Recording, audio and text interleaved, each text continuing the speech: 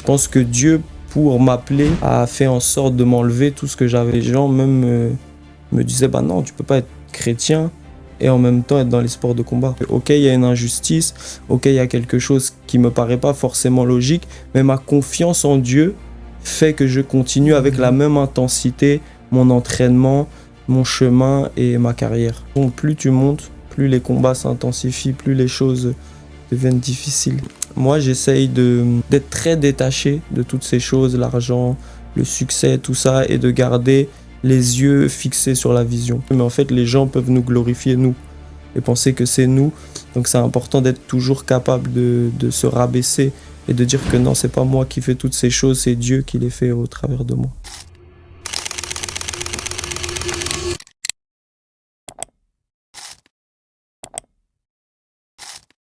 Bonjour à tous, j'espère que vous allez bien par la grâce de Dieu. Bienvenue dans Grunt, l'émission où foi et vie quotidienne se rencontrent. Chaque fois, mes frères et sœurs, je rencontre. J'ai la chance de faire venir différentes personnes.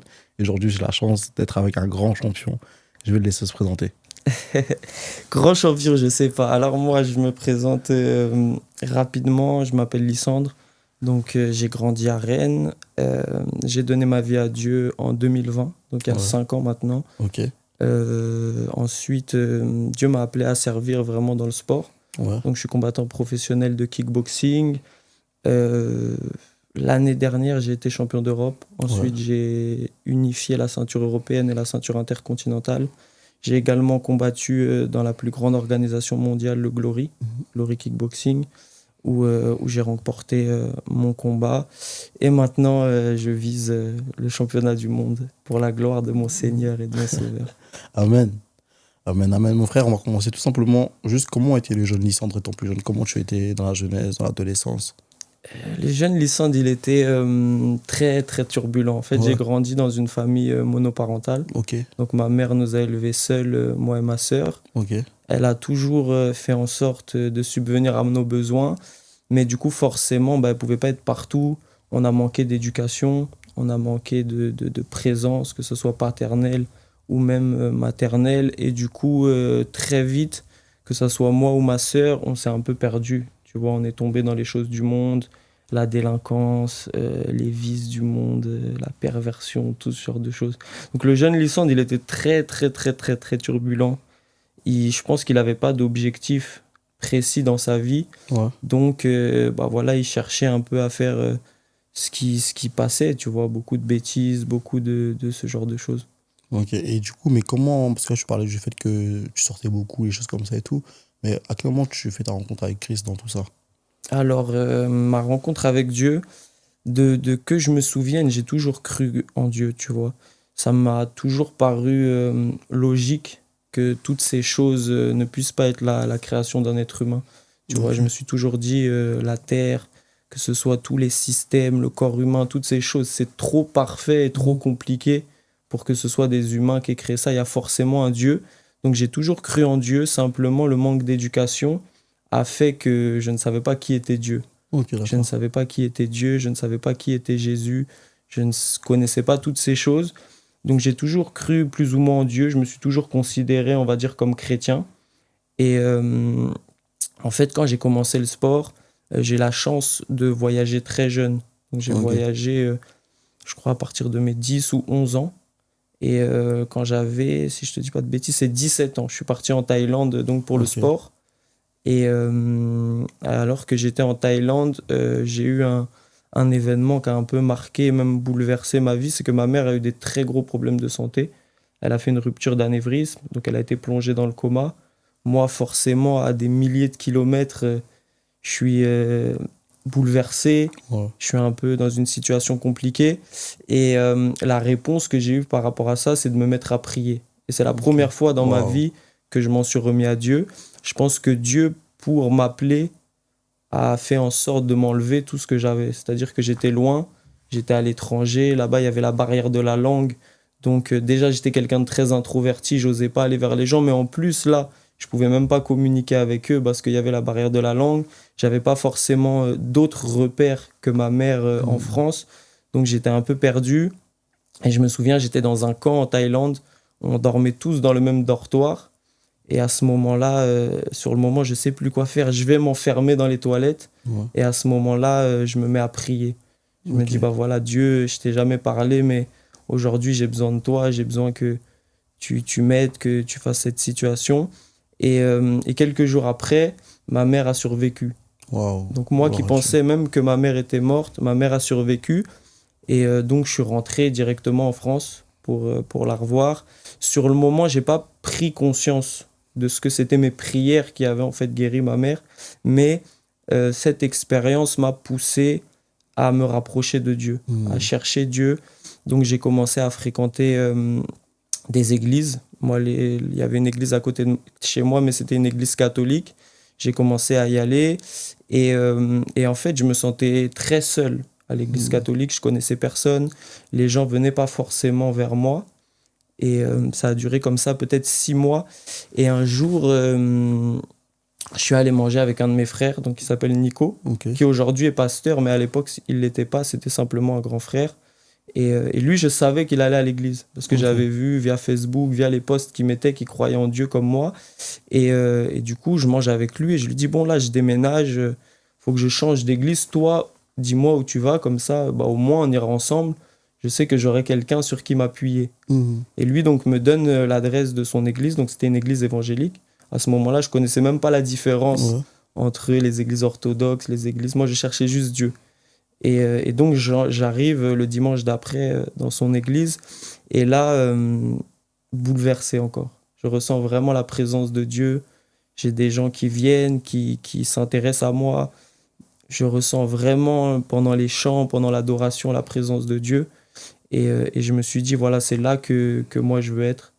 Donc j'ai commencé à y aller tous les dimanches. Et rapidement, j'ai donné ma vie à Dieu. J'ai fait mon baptême. Je crois que c'était 6 mois après. Ok. 6 mois après. Waouh. Donc là, c'était en 2020. Ok. C'était juste avant le Covid. Ok, d'accord. Là, je vais juste revenir un peu en arrière. Parce que là, du coup, là, on a parlé de ta conversion. Mais est-ce que toi, de base, tu as grandi dans une famille chrétienne ou qui Non, pas croit du en tout. Dieu? En Ok. fait, chrétienne, c'est un grand mot. C'est-à-dire que ma mère, si tu lui demandes, elle a toujours pareil cru en Dieu. Elle Hmm. se considérait comme moi chrétienne, mais on n'avait pas tout ce qui fait vraiment d'un chrétien un chrétien. Ok. C'est-à-dire que on n'avait pas de vie de prière, on n'avait pas de recherche de Dieu au travers de la parole, on n'avait pas d'obéissance forcément à Dieu, on ne connaissait pas tout ce qu'était le Saint-Esprit, tout ce qu'était toutes ces choses. Et même de mémoire, quand j'étais petit, on allait jamais à l'église. J'étais Hmm. jamais, je crois, allé à l'église, ou peut-être à un enterrement ou un mariage, mais j'étais jamais vraiment allé à l'église avant l'épreuve que je t'ai expliquée tout à l'heure. Ok, d'accord. Waouh.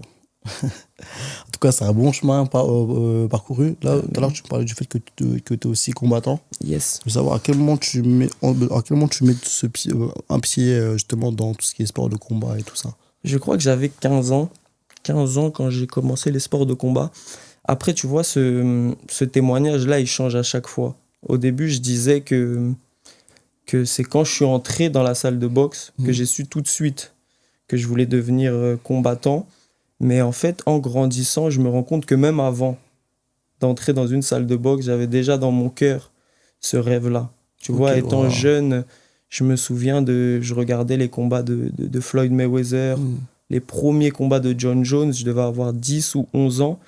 Et déjà, quand je regardais ces combats-là, j'étais émerveillé. Je savais que c'est ce que je voulais faire, mais j'avais pas la pensée de pouvoir le faire, ni de Hmm. savoir si même il y avait une salle autour de moi. Donc en fait, depuis assez jeune, même très jeune, hein, je regardais les films un peu de guerriers, Ouais.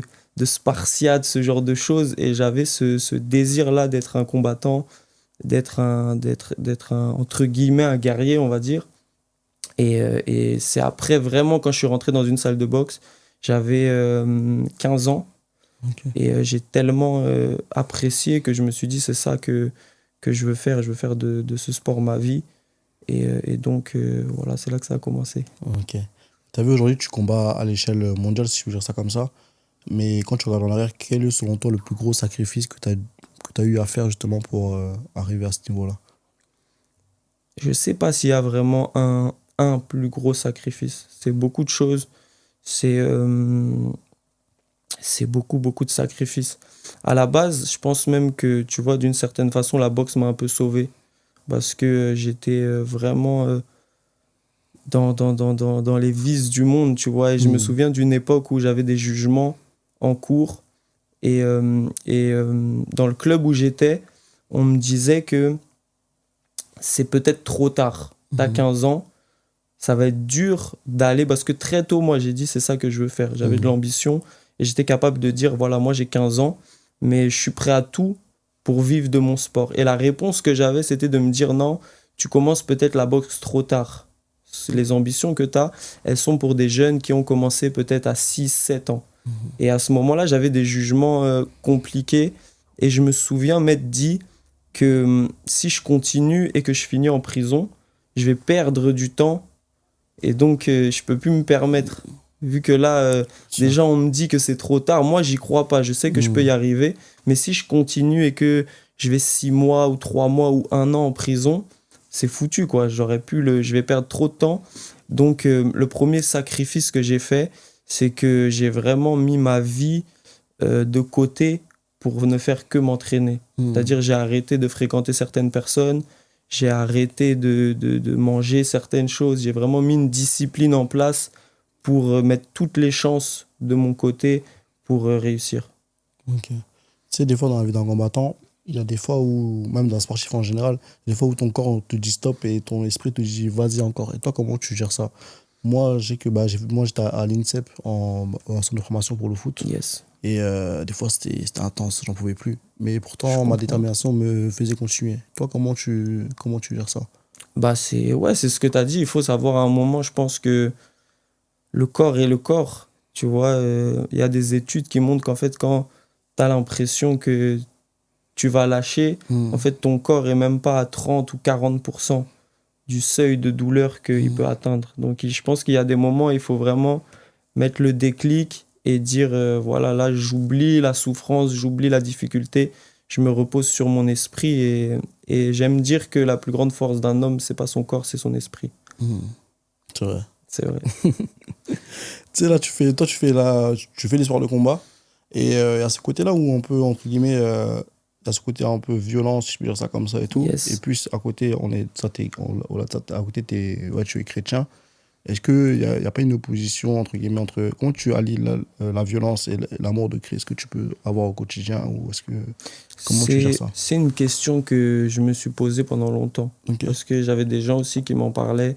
J'ai eu beaucoup de difficultés là-dessus où les gens même me disaient, bah non, tu peux pas être chrétien et en même temps être dans les sports de combat. Et j'ai vraiment eu la révélation, c'était il y a 2 ans. J'étais dans une conférence qui s'appelait Témoins et conquérants. Hmm. Et j'ai vraiment pris conscience que Dieu ne nous appelle pas à être des chrétiens, il dit, je ferai de vous des témoins. Ça veut dire des hommes qui vont témoigner au travers de leurs actes que Dieu est venu et s'est sacrifié pour nous. Et Hmm. des témoins, il en faut dans toutes les sphères de la société. C'est-à-dire dans la musique, on peut dire la même chose. On peut dire dans la musique, voilà, il y a beaucoup de vices, c'est compliqué, les managers, les trucs, mais il faut des témoins. Il faut des chrétiens qui viennent avec d'autres valeurs et qui Hmm. montrent à ces gens-là qui sont peut-être en difficulté, qui sont enfermés, qu'il y a autre chose, il y a une autre vie qui est possible. Et moi, c'était la même chose dans les sports de combat. C'est que, ok, dans le ring, c'est de la violence, mais ça reste un sport. C'est Hmm. encadré par des règles. Et justement, c'est à nous, les chrétiens, de venir et de montrer que, ok, on se bat dans le ring, mais dès que le ring finit, on est frères. Dès que Hmm. on voit beaucoup de gens qui, maintenant, c'est devenu le trash talk. C'est Ouais. devenu à la mode. On voit aux conférences de presse, ils s'insultent. On voit à la pesée, limite, ça commence à se battre. Non, justement, c'est à nous, les chrétiens, de montrer qu'il y a autre chose que ça. Que tu peux être performant, mais pourtant, quand tu viens à la conférence de presse, tu serres la main, tu respectes ton adversaire. À la pesée, pareil, après le combat, tu peux même aller manger avec lui. Tu lui dis voilà, que Dieu est là, que Dieu le bénisse, et ça reste du sport. Hmm. Pourtant, quand tu es dans le ring, tu es obligé de rester ce combattant et d'avoir envie de finir le combat, de mettre KO ton adversaire. Mais tout ce qu'il y a autour, tu dois être un témoignage et un exemple de ce que Dieu prône comme valeur, comme vie et autres. Amen. Et surtout que, en vrai, si tu réussis dans ton domaine, en tout cas, du coup, là, c'est le sport de combat. Si tu réussis dans ton domaine et Dieu t'élève plus haut et que finalement tu prends une ceinture, ça permet aussi de voir aussi, de mettre la lumière sur toi en tant C'est ça. qu'enfant de Dieu, montrer aussi que on sert aussi un Dieu de victoire, un Dieu d'excellence aussi. C'est ça. En Ouais. fait, j'avais beaucoup été touché par une phrase qui disait que quand tu es dans les ténèbres, tu ne peux être attiré que par ce qui brille. Mhm. Ça veut dire que tous les hommes et les femmes qui sont dans le monde, qui sont dans les ténèbres, pour leur donner envie de rejoindre le Dieu qui t'a sauvé, tu es obligé de briller. C'est vrai. Si tu viens mais que tu ne vises pas l'excellence, que tu as une carrière compliquée ou autre, tu ne donneras jamais envie aux gens d'accepter le Dieu que nous, on a accepté. C'est vrai. Et du coup, mais qu'est-ce que ce sport t'a appris sur Dieu et sur toi? Qu'est-ce que la boxe, justement, t'a appris sur Dieu et sur toi? C'est, je dirais peut-être plus qu'est-ce que Dieu m'a appris sur la boxe. Alors, qu'est-ce que Dieu t'a appris sur la boxe? Qu'est-ce que Dieu m'a appris sur la boxe? Non, le sport, c'est beaucoup de choses au final qui se rejoignent parce que c'est beaucoup de discipline. Mhm. Tu vois, c'est beaucoup le régime, les choses, ça peut ressembler aux jeunes. La discipline que tu es obligé de mettre dans les entraînements, bah, c'est la discipline que tu es obligé de mettre dans ta vie de prière, dans ta vie de méditation. Il y a beaucoup de choses qui se rejoignent. Quand tu es un sportif et que tu arrives au haut niveau, souvent c'est que tu es quelqu'un quand même de très discipliné. Ouais. Tu es quelqu'un qui est prêt à beaucoup sacrifier. Et au final, dans ta relation avec Dieu, c'est un peu la même chose. Si tu veux te rapprocher de Dieu, tu es obligé d'être très discipliné et tu es obligé de sacrifier beaucoup de choses. Donc moi, c'est des choses que le sport m'avait beaucoup appris, m'avait beaucoup apporté. Et quand j'ai commencé ma marche avec Dieu, je voyais des fois des frères et des sœurs qui avaient du mal à se discipliner Mhm. ou du mal à sacrifier certaines choses. Et moi, je me disais, bah, si je l'ai déjà fait dans le sport, à quelle raison je ne vais pas le faire pour Dieu? C'est ça. Et est-ce que tu as un verset préféré ou un verset que tu lis avant chaque grand combat ou chaque combat, tout simplement? Alors, le premier verset que j'avais connu, c'était Philippiens 4, 13. Ok. Je peux tout par celui qui me fortifie. Mhm. C'est le premier verset que j'ai connu. Après, pour ce qui est des combats ou autres, ça dépend vraiment des saisons. Ça dépend des combats, des situations que j'ai vécues pendant l'entraînement, de ce genre de choses. J'ai pas un verset spécialement, mais ça dépend vraiment de la situation. À chaque combat, on va dire, Ouais. j'ai plusieurs versets en tête. J'ai des chants aussi différents. Ok. Tout dépend de la saison et du moment où je suis. Ok. Tu sais, là, j'ai vu récemment que ton combat, justement, à Dubaï a été annulé. Et du coup, j'avais une question. Comment tu discernes une porte qui se ferme parce que c'est la volonté de Dieu ou simplement l'échec? C'est, ça a été un moment qui était un peu compliqué à comprendre sur le moment. Après ma première volonté, enfin mon état d'esprit à ce moment-là, le mindset, c'était de se dire que voilà, Dieu est souverain. Mhm. Dieu Amen. fait toutes choses, Dieu Mhm. sait toutes choses. Donc moi, il y a sûrement des choses que je n'ai pas compris, mais lui sait pourquoi il fait ces choses-là. Mhm. Et voilà, comme on dit, hein, une porte qui se ferme, c'est aussi d'autres portes qui s'ouvrent. Donc on a essayé à notre échelle de justement montrer le meilleur témoignage possible. Mhm. Parce que d'une certaine façon, ce n'est pas dans la cage ou dans le ring qu'on montre qu'on est un témoin, c'est dans tout ce qu'il y a autour. Mhm. C'est-à-dire pendant que certains chrétiens tombent parce que voilà, ils ont eu ce qu'ils jugent être comment dire, une injustice, Ouais. ce qu'ils jugent être une injustice, eux ils vont tomber ou ils vont entrer dans une dépression. Nous, justement, en tant que témoins, on doit leur montrer que Dieu nous garde, qu'on est différent, que ok, il y a une injustice, ok, il y a quelque chose qui me paraît pas forcément logique, mais ma confiance en Dieu fait que je continue avec la même intensité mon entraînement, mon chemin et ma carrière. Ok. Amen. Amen. Et du coup, si ton parcours, en tout cas de vie, était un round de boxe, tu dirais quoi? Est-ce que c'est le premier round où là où t'es un peu chaud, tu viens d'arriver, t'es encore frais?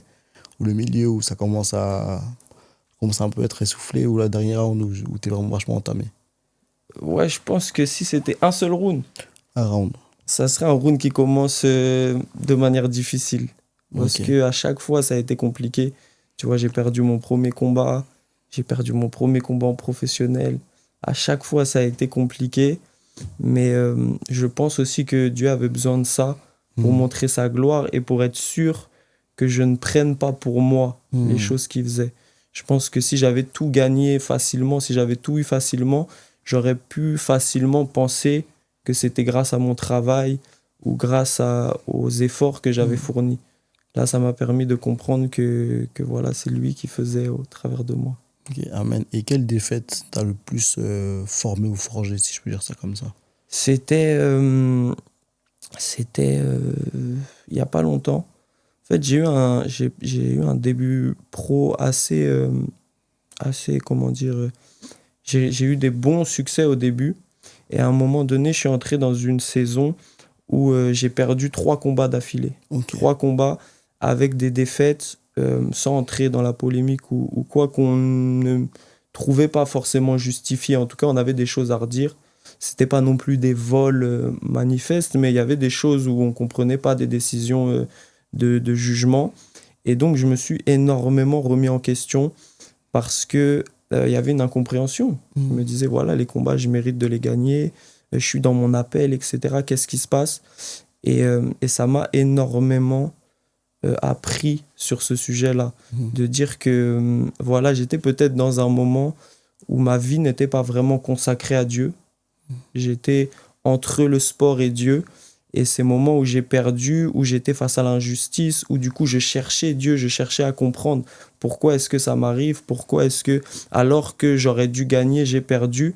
Ça m'a vraiment montré que, voilà, il y a encore des choses dans ma vie qui sont encore dans le monde, qu'il faut que j'abandonne et que je me consacre totalement à Dieu. Et dès que j'ai fait ce choix-là, de dire, voilà, maintenant je me consacre totalement à Dieu, ma carrière, j'oublie, mes ambitions, j'oublie, tout ça, j'oublie, je rentre vraiment dans ce que Dieu a prévu pour moi. À ce moment-là, tout s'est débloqué et tout a commencé à fonctionner. Ok, wow. C'est important. C'est important. C'est ouais. important. Tu sais, tout à l'heure on parlait, je te disais que je voyais que justement tu faisais plusieurs interviews aussi. Comment tu fais pour garder la tête froide simplement, alors que tu commences à avoir la lumière, les projecteurs, et je pense qu'en gros, même d'un point de vue sportif, tu seras encore amené à monter encore plus haut. Et je pense que les médias vont encore plus te solliciter. Est-ce que tu as des personnes, toi, qui te conseillent, qui te permettent aussi de garder la tête froide et ne Yes. pas prendre la grosse tête et te prendre pour une star en mode c'est moi, et que c'est, tu vois. Yes, ouais, j'ai la chance, vraiment, Dieu m'a fait grâce d'avoir un très bon entourage. J'ai des gens autour de moi très bienveillants. Je pense qu'ils savent me dire quand... des fois, c'est compliqué quand... parce que moi, j'ai du mal, des fois, à accepter quand on me dit les choses que je dois entendre. Parce que des fois, ça pique. Mais moi, j'ai vraiment des gens qui sont prêts, qui se disent, bon, on va peut-être s'embrouiller, peut-être qu'il va plus vouloir me parler pendant une semaine, mais on va lui dire ce qu'il a besoin d'entendre. C'est important. Et j'ai vraiment cette chance-là d'avoir des gens qui, en fait, se rappellent du Lysandre qui n'avait rien, donc qui me respectent pas pour mes titres ou autres, et qui se disent, s'il fait quelque chose de mal, on va lui dire. Donc j'ai la chance d'avoir un très bon entourage. Et moi, de manière personnelle, j'essaye vraiment de tout ce qui m'arrive de vraiment rendre grâce à Dieu.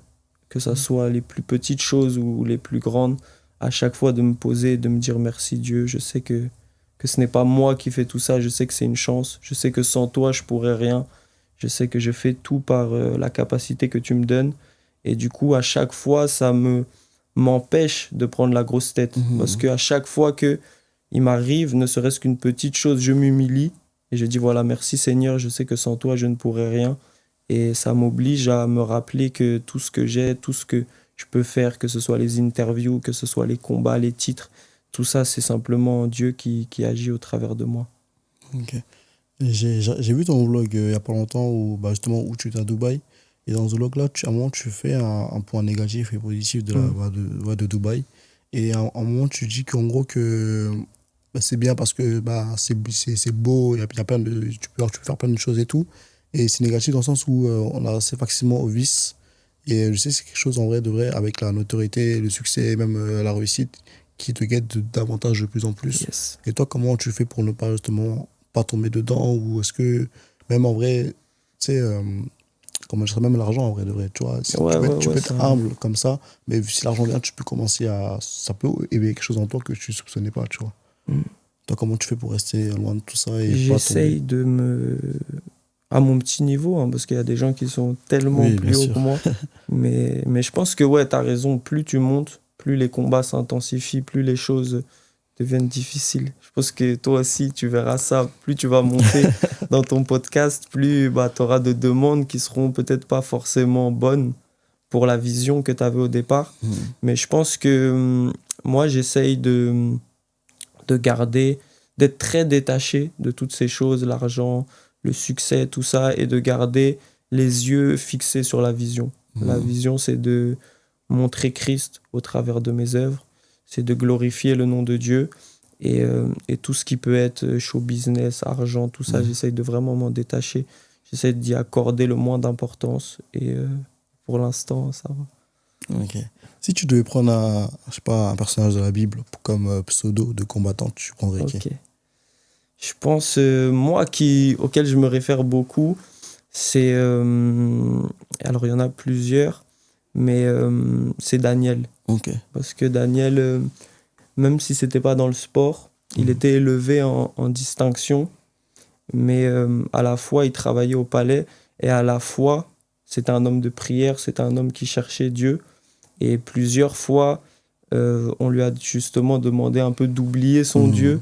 Il y a même un moment où un décret a été signé pour qu'ils arrêtent de prier. Mais lui, quitte à perdre son emploi, quitte à perdre tout ça, il a toujours gardé sa foi, gardé son appel. Et donc, c'est un des personnages qui m'inspire le plus. De me dire que voilà, peut-être un jour, ça m'arrivera. On me dira, voilà, là, il y a telle chose. Mais non, c'est que si tu arrêtes de prier, ou c'est que si tu arrêtes de mettre en avant des versets, etc. Et j'espère, et même je crois que Dieu me fera grâce d'abandonner ses promotions, ses titres, ses opportunités pour garder en premier plan mon appel. Ok. Est-ce qu'il y a déjà eu je sais pas moi, des offres sponsors, partenariats qui allaient à l'encontre de ta foi et t'as refusé tout simplement? Non, pas pour Encore, l'instant, j'ai vraiment. pas eu. Après, là, de tête, j'en ai pas, il y en a peut-être eu. Il y a eu des trucs qui, tu vois, des invitations dans des événements, ce genre de choses où je savais que c'était pas des événements qui glorifiaient Dieu, donc ça ne m'intéressait pas d'y aller. Mais sinon, dans tout ce qui est sponsor et partenaire, j'ai la chance d'être bien entouré. Et si tu pouvais transmettre une valeur, ce serait quoi? Ça serait l'humilité. Ok. Je pense que la Bible dit l'humilité précède la gloire. La Je pense Amen. que c'est la valeur quand on est comme ça dans le sport, dans la musique, dans un domaine où on peut très vite ne plus glorifier Dieu, mais se glorifier soi-même. C'est important d'essayer en tout cas d'être le plus humble possible. Parce que des fois, on pense que voilà, on fait notre appel, on glorifie Dieu, mais en fait, les gens peuvent nous glorifier nous et penser que c'est nous. Donc, c'est important d'être toujours capable de se rabaisser et de dire que non, c'est pas moi qui fais toutes ces choses, c'est Dieu qui les fait au travers de moi. Ok. Aujourd'hui, tu es combattant, mais au-delà de ça, tu combattais déjà parce que même dans la vie, tous les jours, on combat en fait. Yes. Tu vois, la vie en soi est un combat. Et tu sais, des fois, on veut plus. Des fois, on veut même plus ce combat-là. On veut simplement jeter la serviette et quitter le ring. Et toi, justement, est-ce que tu as un message pour toutes ces personnes-là qui n'en peuvent plus en fait de ce moment de combattre et qui voudraient simplement jeter la serviette et quitter le ring? Alors la première chose, c'est que ça commence avec une certitude. C'est que si aujourd'hui, on est encore en vie, peu importe les difficultés, peu importe les épreuves qu'on passe, c'est que Dieu a encore un plan pour nous. Et je pense que chaque jour, il nous donne l'opportunité d'entrer dans la vie, dans la vraie vie qu'il a prévue pour nous. Donc voilà, je pense qu'il y a des moments, c'est compliqué. On n'imagine jamais ce que les gens vivent, mais si on est encore en vie, c'est que l'histoire n'est pas finie. C'est qu'on peut continuer. Donc j'encourage les gens à accepter Dieu, à suivre leur appel, à chercher aussi à connaître Dieu, parce que ça ne se fait pas en un jour. Dieu prend du temps de former, Dieu prend du temps de bâtir ce qu'il fait, et ensuite, voilà, de travailler énormément, d'être une personne qui travaille plus que les autres, parce que Dieu donne, mais Dieu donne pour récompenser le travail de quelqu'un. Amen. Avant de conclure, j'avais une dernière question à te poser. Si tu pouvais parler au Lysandre qui allait faire son premier combat, tu lui dirais quoi comme conseil? Lysandre qui a fait son premier combat. Je lui dirais à l'époque, j'étais assez stressé, même si je le montrais pas. Mais je lui dirais de ne pas chercher. L'important n'est pas dans la victoire ou la défaite. L'important est dans le témoignage que tu laisses dans l'apprentissage que tu prends de l'expérience, dans la façon dont tu vis la chose. La victoire ou la défaite, elle reste. T'as gagné, t'as perdu, mais au final, d'avoir gagné ou perdu mon premier combat, aujourd'hui, ça ne change rien. Parce que j'ai su tirer les enseignements de ces défaites ou de ces victoires pour continuer de m'améliorer. Donc je lui dirais ça.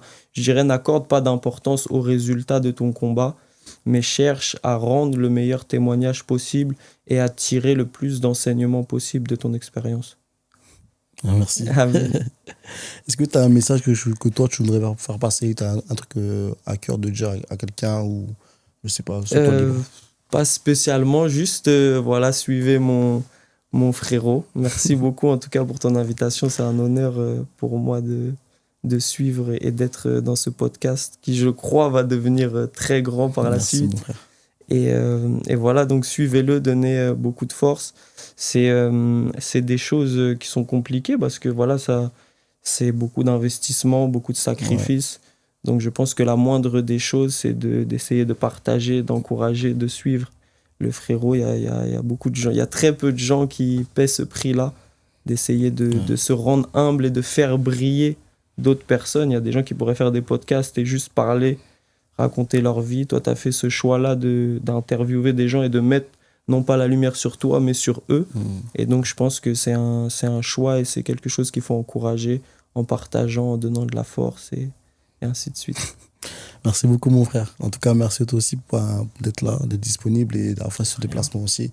Donc, Avec vraiment que le plaisir. Seigneur te le rende au centuple et que tu puisses réussir dans tout ce que Avec tu entreprendras plaisir. dans le futur. Frères et sœurs, j'espère que vous avez été bénis par cet échange-là.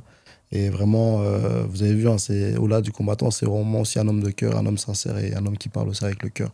Donc, vous ne voyez pas que seulement l'aspect violence ou quoi, mais c'est bien au-delà de ça. Ça veut dire que derrière, en fait, il y a une profondeur que les gens ne vont pas forcément voir parce qu'ils vont s'arrêter à la vitrine. Donc, vraiment, allez chercher, vraiment, n'avez pas de prérequis ou de préavis sur les gens ou quoi, mais allez chercher bien plus en profondeur. C'est ce que Dieu nous appelle parce que Dieu regarde au cœur. Donc, cherchons aussi le cœur de Dieu et aussi à regarder le cœur des gens et pas forcément à ce qu'on peut voir de façade. Donc, vraiment, soyez abondamment bénis, que le Seigneur vous bénisse. Et voilà, à la prochaine. Merci, mon frère. Merci à toi.